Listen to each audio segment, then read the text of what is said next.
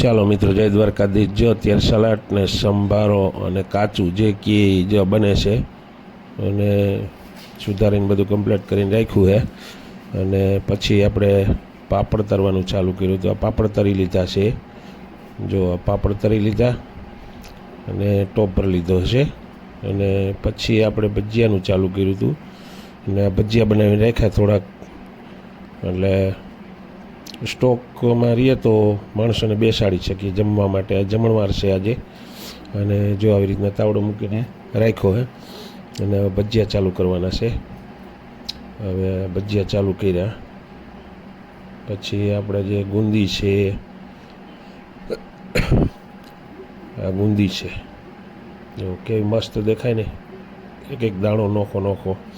પછી લીસા લાડવા, જો આ લીસા લાડવા છે આપણે ચોખ્ખા ગાયના ઘીના લાડવા. જો પછી લીસા લાડવા બનાવી લીધા, એ બધું બનાવી લીધું. હવે બુંદી બધું બની ગયું છે. અને હવે ભજીયાનો ગાણવો મુકાઈ ગયો છે. જો ભજીયા બને છે, લાય ભજીયા. અત્યારે જો એકદમ મોટું જમણવાર અને 3 જણા તો ભજીયા પાડે. તાવડો છે મોટો.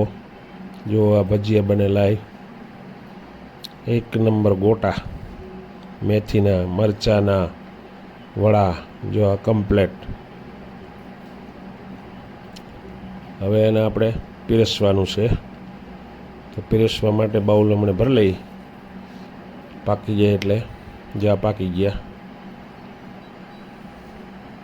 ભજીયાનો ગાણો મોટો કાઢી જ નાખ્યો છે ને. બાકી ગુજરાતી મેથીના ભજીયા એક નંબર બન્યો.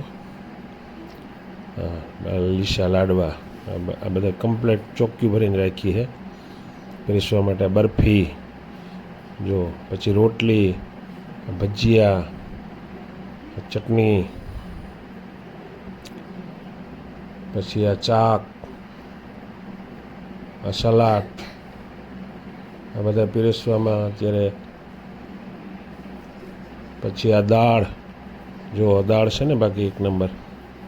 અને આગળ વધીએ તો પછી જો આ ભાત,